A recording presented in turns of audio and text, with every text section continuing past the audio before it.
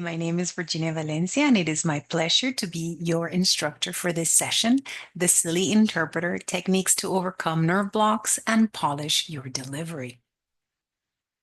So, what are we going to be covering today? Super excited about this workshop because we're going to be doing a session on overcoming your nerve blocks and improving your delivery.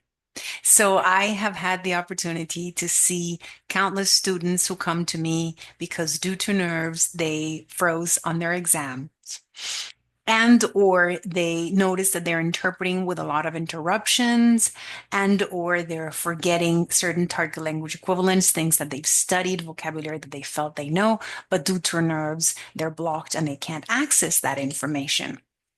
Also, I've had the opportunity of seeing interpreters who are actually excellent interpreters. Their content is excellent, but they sound untrustworthy and or unprofessional because of their nerves. So there is this fine line between respect for your profession and paralyzing fear. So it is so important for us to respect what we do, to put our best foot forward, to constantly be looking for trainings to improve, such as you're doing right now. But there's also something that can happen, which is you can become paralyzed with fear. You can have such respect for the solemnity of your work that you can find yourself kind of freezing. So, what is the key to overcome our nerves? I want to share with you this acting technique that I learned when I was studying theater acting in New York. And this technique focuses on your voice. So, it's all about channeling your voice. So, this is a technique that we learned when we would be stuck with a monologue and kind of feeling like we're not making progress with the monologue, especially very, very long monologues can be nerve wracking. So this is a technique to get yourself out of your nerves, out of your head, and to flow. So what we're going to be doing today is we're going to play with your voice to shift the focus from your nerves and help you find your vocal confidence. So we're going to be doing a silly voice, we're going to be doing a nervous voice, and we're going to be doing a confident voice. So why is voice development so important for us interpreters? Because when we interpret, it's not just about the content of your interpretation, what you're saying, it's also about the delivery, how you are saying it. And this is important both in tests, they're going to evaluate you on that, and also in real life work. You can completely change a message if your delivery isn't accurate and you're not emulating the speaker. So, a bonus of this activity, one of the perks of it, is that you get to improve your delivery. Not only will it help you with nerves, but also improve the way that you interpret, to be conscious of your voice so you can emulate the speaker's tone of voice and also sound more confident, more professional.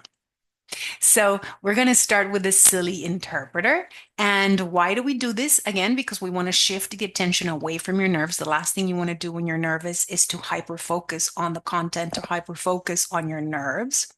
And also will help you to find and modulate your voice, which, as I said, is super important in our profession. So I'm going to start with a demo. So I'm going to start being silly first. Is the same language demo. I'm not going to be interpreting. So I just want you to listen. So I'm going to choose, my silly voice is going to be a plastic lady, a superficial lady. So here we go. I'm reading out loud. I'm an orthopedic surgeon with over 30 years of experience. Part of my work consists of replacing hips and knees. I have helped hundreds of patients return to work after an injury, play with their children after an accident, return to their exercise routine after years of being sedentary due to pain. I carry out arthroscopic surgery, sports medicine type of surgery. I treat people who have sprains, contusions, dislocations of joints. I love my job because I empower my patients to have healthier, happier, and more productive lives. Very good. So that was my attempt at the plastic interpreter. I was having issues, as you could see there, with the word arthroscopic, but we have to forgive ourselves and realize that we're not going to be perfect. So now I want you to find your silly voice. I want you to channel your silly voice. How do we do that? You can go with a nasal accent. You can speak like this, like you have a cold and you're very nasally. Or you can do a heavy accent. I've seen most of my students are very good at a speaking with the accent of their other language in English and sounding like this, or perhaps you can do a French accent, or you can do the plastic girl that I did that speaks like this. So I want you to pick any silly voice, but I want you to choose one now. And remember, this is all about loosening up. This is about letting yourself be playful and be free. Okay? So getting out of your head and not taking yourself so seriously so you can work on those nerves. So this is your turn now. We're going to deal with the vocabulary later. Right now, you're just going to read in English, and your objective is to sound silly. So this is the text that you're going to be reading out loud in English. When you are ready, and I let you know, you're going to pause the video. You're going to read this out loud in English, trying to sound silly in the silly voice that you chose. And then you're going to resume this video when you've completed that activity. Awesome work. So, how did it go with your silly voice? How did you feel? Did you allow yourself to feel free and playful? One of the reasons why I like this exercise is because sometimes we are so hyper focused on what we say that we forget about finding our voice and modulating our voice. So, this is a playful way to connect with that. Now, we're going to deal with the vocabulary. So, if you have a different language combination, as you can see, I've provided the English terms here in red font and the Spanish equivalents here in black font. So, if your language combination is different from this one, I want you to go ahead and research these 5 terms if you don't know them. I want you to go ahead and take notes of them and drill them until you feel comfortable with them. If your language combination is indeed English Spanish, simply take notes of this so you can remember them. Taking notes make you much more active and make you remember things better. And so take note of this, drill them, and focus on just one target language equivalent. As you can see here, I offered a few. You can, if you feel comfortable with the first one, work with the first one. If you're already familiar with the other ones, work with the one that you're familiar with, but choose just one. And also, if your language combination is not English Spanish, work on just one. We just want to have some vocabulary unit ready to go. Oops. Let me go back. Okay, so either way, whether your language combination is English, Spanish, or a different one, I want you to pause the video now to research and or study your vocabulary. Go ahead and do that now.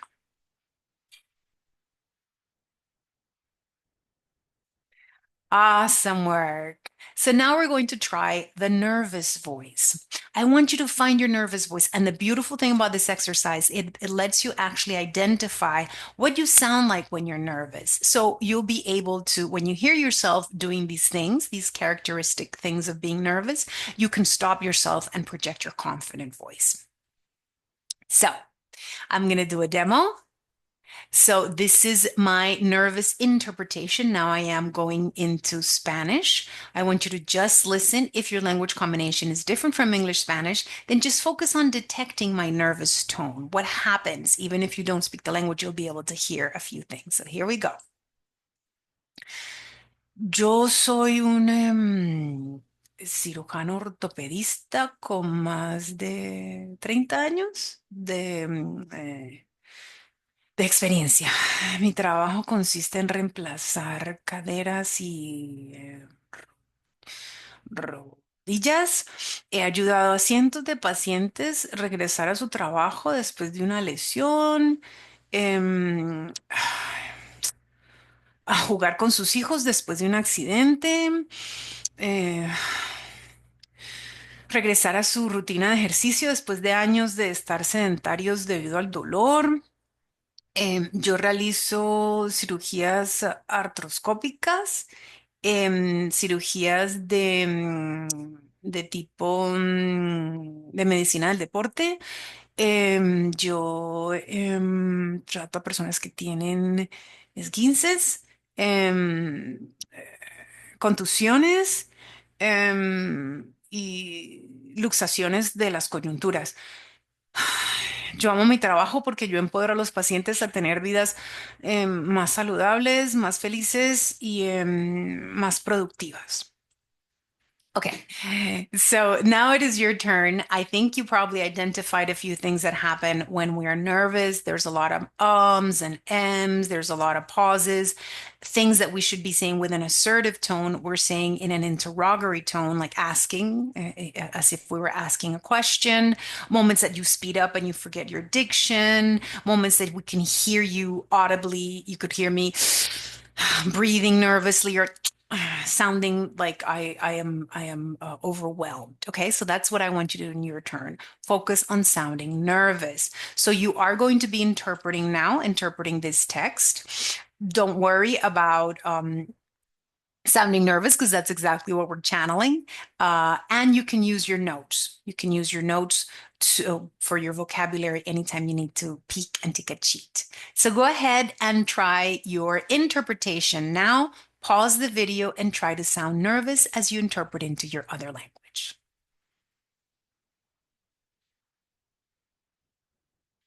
Awesome, awesome work. Now we're going to work on your confident voice. So, what happens when you're confident is that you take your time, you enunciate, you sound very assertive, you sound very sure of what you're saying. And remember, often we have to fake it till you make it. Okay. So, one of the things I learned when I was studying psychology is that you can kind of psych yourself out, right? We often have this idea that emotions are all about come from the inside out. If we feel sad, we're going to cry. If we feel happy, we're going to laugh. But emotions can also work the other way from the outside in. If you are projecting confidence, even if you don't feel confidence, you kind of psych yourself into that confidence, into that security, because we are so used to hearing ourselves. For example, when we laugh, we are used to being at that moment, we're most likely producing certain happy pheromones, happy hormones. That's the same thing we're going to have that same effect when we're not happy and we smile. Our body's going to go, oh, this is usually what happens when I produce these hormones. This is what's happening on my face. So it works the other way around. So this is what you're going to do. You're going to psych yourself whenever you're feeling nervous. You're going to psych yourself into just projecting, fake it till you make it, projecting that confidence, and it will improve the way that you feel. Okay, so I'm going to do a little demo of the confident interpretation. Just listen. Again, if your language combination is different from English, Spanish, just focus on detecting the tone. What does it sound like when I'm confident? Here we go. Yo soy un cirujano ortopedista con más de 30 años de experiencia. Parte de mi trabajo consiste en reemplazar caderas y rodillas. He ayudado a cientos de pacientes regresar al trabajo después de una lesión, jugar con sus hijos después de un accidente, regresar a su rutina de ejercicio después de años de haber estado sedentarios debido al dolor. Yo realizo cirugías artroscópicas, cirugías de tipo de medicina del deporte. Trato a personas que tienen esguinces, contusiones y luxaciones de las coyunturas. Amo a mi trabajo porque empodero a mis pacientes a tener vidas más saludables, más felices y más productivas.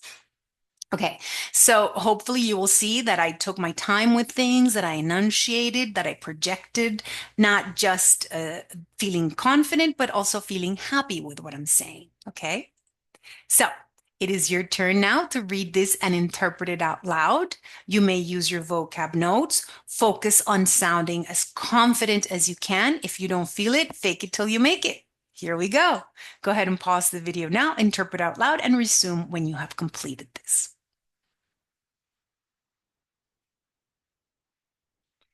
Awesome, awesome work. So, how did you sound when you're confident?